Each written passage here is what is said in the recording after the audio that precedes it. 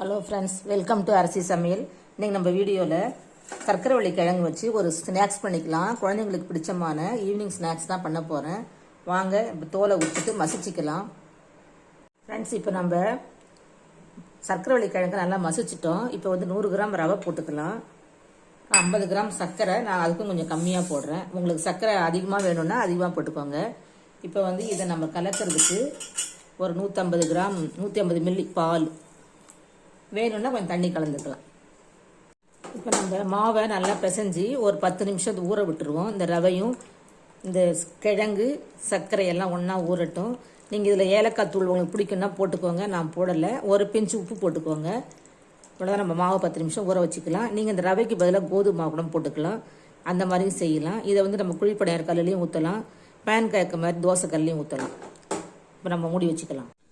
Friends, மாவு இவ்வளோ திக்காக இருக்குது. இன்னும் கொஞ்சம் தண்ணி கலந்துக்கலாம். இனிமேல் பால் தேவையில்லை. இப்போ வந்து இது 200 கிராம் சர்க்கரைவள்ளி கிழங்கு, 100 கிராம் ரவை, 50 கிராம் சர்க்கரை. அதில் நீங்கள் கூட குறைச்சி போட்டுக்கலாம். நான் ஒரு ஸ்பூன் நாட்டு சர்க்கரை டேஸ்ட்டுக்காக போட்டிருக்கேன். உப்பு ஒரு பிஞ்சு, 125 ml பால். இது கூட நீங்கள் மேற்கொண்டு தண்ணி அல்லது ஏதாவது சேர்த்துக்கலாம், பால் எதுனா. இப்போ இது 10 நிமிஷம் ஆயிடுச்சு. இப்போ நம்ம ஊற்றிக்கலாம். இப்போ நம்ம ஒரு பேன் வச்சுருக்கேன். இது ஆப்பக்கடா தான். இப்போ நம்ம ஊற்றிக்கலாம். கல் காஞ்சிருச்சு.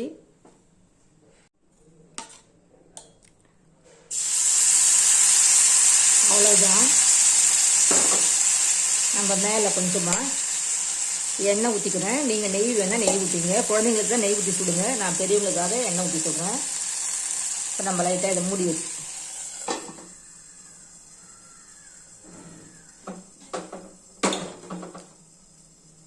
மாவு நீங்கள் எப்படி வச்சுக்கிறேன் பாருங்கள்.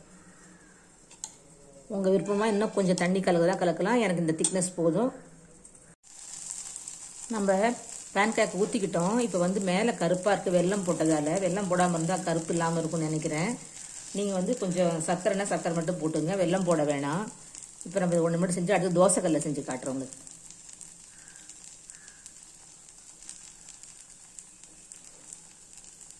இப்போ நான் ஒரு தோசைக்கல்ல வச்சுருக்கேன். இப்போ தோசைக்கல்ல ஊற்றிக்கலாம்.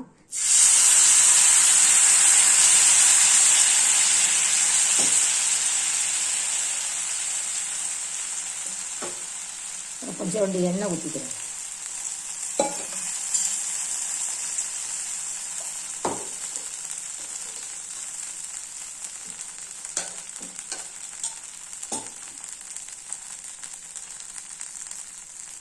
இப்போ நம்ம தோசைக்கல்ல திருப்பி போட்டுக்கிட்டோம். கொஞ்சம் லைட்டாக வந்து சர்க்கரை போட்டதால், வெல்லம் போட்டதால் கொஞ்சம் ஒட்டுற மாதிரி இருக்குது. கொஞ்சம் சிம்மில் தான் வச்சுருக்கேன், கறி ஆகாமல் இருக்கிறதுக்காக. இதே போல் நீங்களும் செஞ்சு பாருங்கள். பிள்ளைங்களுக்கு ரொம்ப ரொம்ப பிடிக்கும், பெரியவங்களுக்கே பிடிக்கும். இதே மாதிரி எல்லா மாவையும் செஞ்சுக்கலாம். நீங்களும் இது மாதிரி செஞ்சு பாருங்கள். நம்மளோட ஸ்வீட் பொட்டேட்டோ வச்சு பேன் கேக் பண்ணியிருந்தேன். எனக்கு வந்து 200 கிராம் கிழங்குக்கு 7 வந்தது.